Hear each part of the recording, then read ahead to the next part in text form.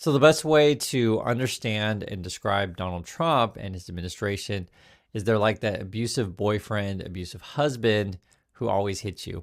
And when they hit you / beat you, they say, look what you made me do. Look what you made me do. Now I have to hit you again. And when you look at the headlines today, it's like, look what you made me do. Now I have to fire all of you. That's essentially what it is. They're the abusive husband / boyfriend. This was the headlines today. Trump eyes firing thousands of federal workers over shutdown, and they're going to blame anyone but themselves. Look what you made me do. Now I got to fire everyone. This is actually from Fox News. The federal government will soon begin layoffs if shutdown continues. It may be tomorrow where they make the announcements. Listen to Karen Levitt, what she has to say. It's likely going to be in the thousands. It's a very good question, and that's something that the Office of Management and Budget and the entire team at the White House here, again, is unfortunately having to work on today. These discussions and these conversations, these meetings would not be happening if the Democrats had voted to keep the government open. Right, so they're going to try to blame the Democrats, even though they're the ones in power, and even though they're the ones that are, like, again, doing the firings. But that's been their plan all along. And then today they're tweeting out sombreros, I guess. It says our social media manager was furloughed, but almost Friday, sombrero. Like, why are we even talking about this stuff? But that's the mentality that they're in right now. I mean, I'll tell Hakeem Jeffries right now, I make this solemn promise to you that if you help us reopen the government, the sombrero memes will stop. And I've talked to the President of the United States about that. Now, listen to Mike Johnson talk about the whole sombrero stuff. Many of you asked me this morning about sombreros and memes and why Hakeem Jeffries is all alarmed by that. But look, these are games. These are sideshows. People are getting caught up in battles over social media memes. We've got to keep this is not a game. We've got to keep the government open for the people. I don't know why this is so complicated. And to my friend Hakeem, who I was asked about, man, just ignore it. I mean, Gavin Newsom was trolling me last night. He painted me like a minion. He painted me yellow with big glasses and overalls. And I thought it was hilarious. You don't respond to it. For all my friends, R's and D's, don't respond to it. Get to work, do the people's business, and let's get on with it. Thank you all so much. And this is where the USA is at, where we're arguing about memes on social media. And I'll just be frank with you guys, and many Americans get distracted by that stuff. They fall for that stuff, and then it's an all TV show / entertainment. And then Trump comes out and fires everyone and convinces his base that it's their fault, it's the Democrats' fault, it's all everyone else's fault. It's not Trump's fault. I have to fire you. I have to hit you again. It's all your fault. Look what you made me do. It's bizarre. Now that's Mike Johnson. You can see how he talks in public, but there's some interesting behind the scenes footage how he talks in private. Just listen to this. The president is unhinged. He is unwell. What are you doing? A lot of folks on your side are too. I don't control. Oh my God, please. That performance in front of the generals, I didn't see it. is so dangerous. You know I serve on foreign affairs and appropriations. This is a collision of those two things. Our allies are looking elsewhere. Our enemies are laughing. I just left you the have a speaker's president side. who is unwell. Just to be frank with you guys, anyone who is honest about seeing how Trump's decline and in public, right? We can all see he's unwell, physically, mentally, etc. It's obvious. And I'll tell you the truth. I saw Trump the first time around. He was crazy and such like that, but he didn't look as unwell as he looks today. I mean, it's obvious. He'll just go on and on and on about crazy stuff. He'll rant and his greatest hits all the time. Blame Biden this, blame Biden that, stolen election this, stolen election that, whatever. And it's obvious. But the Mike Johnson stuff, how they sort of pretend that this stuff isn't happening. Like, hey, did you see the speech to the military generals? Oh, I didn't see it. Right. It's kind of like ignoring a problem in your family. For those of you who have, say, a family member who's for any number of things has different problems, right? Y'all know this. You have someone close that has some sort of problems, and you try to talk to another family member about it, and they'll pretend like they don't know what you're talking about. So they won't directly refute it. They'll say, oh, I didn't see that, or I don't know, I wasn't paying attention, or it's no big deal. That's sort of how this is. And the more that I see this stuff, and it's just becoming more apparent how Trump's administration, you can talk about the Republicans, it's like this dysfunctional family with a lot of family members that got serious problems, and you try to confront them. They're like, hey, y'all need to get some help. They'll just pretend like it's no big deal. Oh, it was my fault. I'll try to do better for my husband next time. It's that kind of mentality. fix this problem. And look, we have $0 coming into the federal government right now because the Democrats shut it down. So what Russ Vought is working diligently on is examining how we can fix this mess to ensure that critical funding continues, that we can get people paid. But the Democrats are making that very difficult. And that's why the president put out a statement this morning saying that we're going to start looking across the board at layoffs and at agencies that we feel do not best serve the American taxpayer, that may need to be halted or permanently cut. So on that, I wanted to ask you about that because he mentioned Russ Vought in that. I think that came out about 8 o'clock this morning about cutting certain programs that they deem are not necessary. Is that real or is that a negotiating tactic? Oh, it's very real. And the Democrats should know that they put the White House and the president in this position. And if they don't want further harm on their constituents back home, then they need to reopen the government. It's very simple. Pass the clean continuing resolution, and all of this goes away. We would not be having these discussions here at the White House today if not for the Democrats voting to shut the government down. This is an unfortunate consequence, and the president and Russ Vought will be meeting on that later today. And this is the statement from Trump. And again, once you understand that they're the abusive boyfriend, it kind of all fits in, right? Oh, it's your fault. You made me fire everyone. Oh, it's your fault. You made me hit you, right?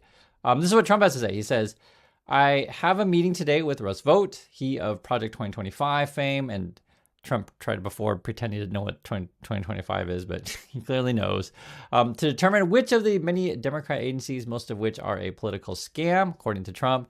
So I guess to Trump's point of view, protecting your food, like say the FDA, I guess that's a scam, or protecting your environment, like the EPA, oh, I guess clean water and clean air is a scam. Like Trump's going to throw all these ways to cut stuff.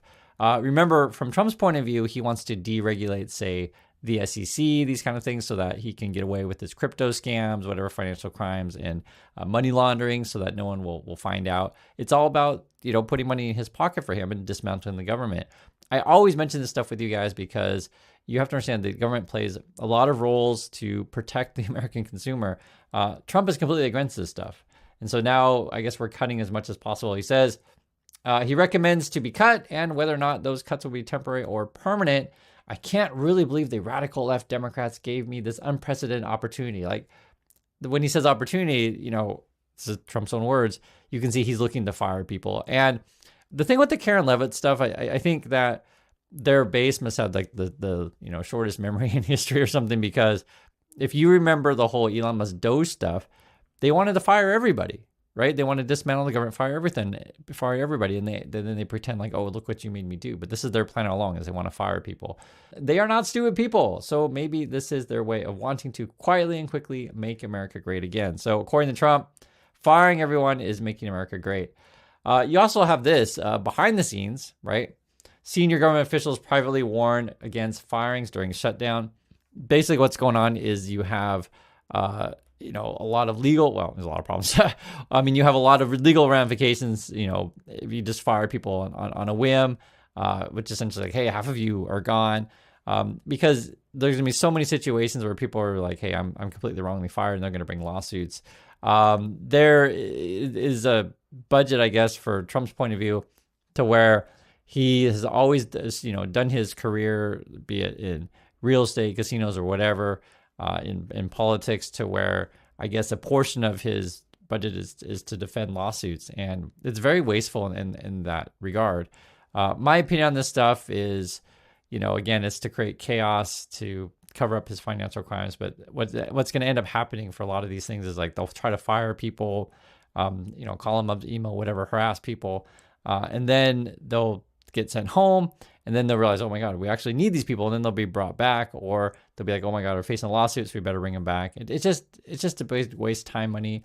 It creates stress for everyone. No one can focus on anything other than what's going on with my job, which is completely understandable when you got to put food on the table, etc. But remember that Trump has no experience with that kind of thing. He has no experience with working a regular job and struggling.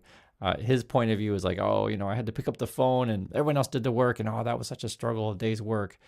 It's just so ridiculous. And now I guess we're in an armed conflict / war, if you want to call it that, with the drug cartels. This is Fox News. They're putting out, Trump administration declares U.S. in an armed conflict with drug cartels. So I guess we're doing illegal conflicts now. Trump determined the U.S. is now in a war with drug cartels, Congress is told. And then also lawmakers on both sides press Pentagon on legal basis for cartel boat strikes. So already I think we've killed 17 people, and they're erasing the evidence, right? They destroy everything, so we don't know what's going on down there. And also want to make this clear, usually the standard operating procedures, you got this small boat going to who knows where, you say, turn the boat around, right? And if they don't, you shoot out their engines, basically, and then you board it or whatever. But, you know, we're spending $1 million to blow these things up. And basically, in my opinion, try to start a war, or I guess in Trump's opinion, we're already there. And so that's what we're doing here. And if you're curious what's Trump's grift today, I guess he's building a library. This is from Fox News. It says, Trump presidential library to be built in Miami after Florida gifts waterfront site. So I'm pretty sure Florida's not just giving something out of the kindness of their heart. I'm sure they're getting something in return. But that's how Trump and his mafia administration run things. What's interesting, though, is that the Washington Post did a poll recently asking, people, what do you think about who's to blame for the current shutdown? Let's see what it says. So Trump and the Republicans are to blame. So this is the question. Is mainly responsible for the federal government partially shutting down. 47% say Trump, the Republicans in Congress. 30% say Democrats in Congress, and 23% say not sure. So Republicans are getting mostly the blame for this. And then you can actually look at this one. This is actually interesting. It breaks it down by Republican, Democrat, or independent. Basically, and this is it says more than 8 in 10 Democrats and 7 in 10 independents say they're concerned about the shutdown, right? While fewer than half Republicans say the same. And what this shows you, so oftentimes many Republicans in sort of that MAGA camp or otherwise, if they're not told by Fox News to think of something important, then they just say, oh, okay, well, Fox News doesn't think it's important, then I guess it's not. But if you live in reality, when you're losing your job, your friends are losing their job, or their family members are losing their job, right? You will care. I mean, I don't get the whole Republican thing. Oh, it's not a big deal. And it's not just the jobs themselves. It's also the people who are affected by the cuts and slowdowns and delays and services that they need. And it's the effect on the communities, right? So when you remove people from the workforce, right, it's suddenly all the connected, be it contractors or services or whatever, are affected. So I guess from the Republican point of view, if the Fox News hasn't told me it's important, then I guess not. Shutdown, blame by party. So if you ask Democrats, 87% say that the blame is on the Republicans. If you ask the Republicans, they say 67% is on the Democrats. And among independents, which is key here, half of independents say blame the Trump and the Republicans.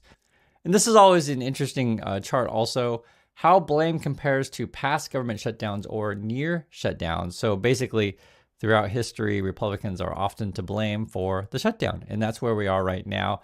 But again, the Trump administration, et cetera, they're the abusive husband, abusive boyfriend is trying to blame you for, oh, look what you made me do. Now I have to hit you. Look what you made me do. Now I have to fire you. But ultimately, you guys need to break out of this abusive relationship and see what's really going on. So that's my thoughts on this. I'd like to hear yours, and I'll catch you on the next video.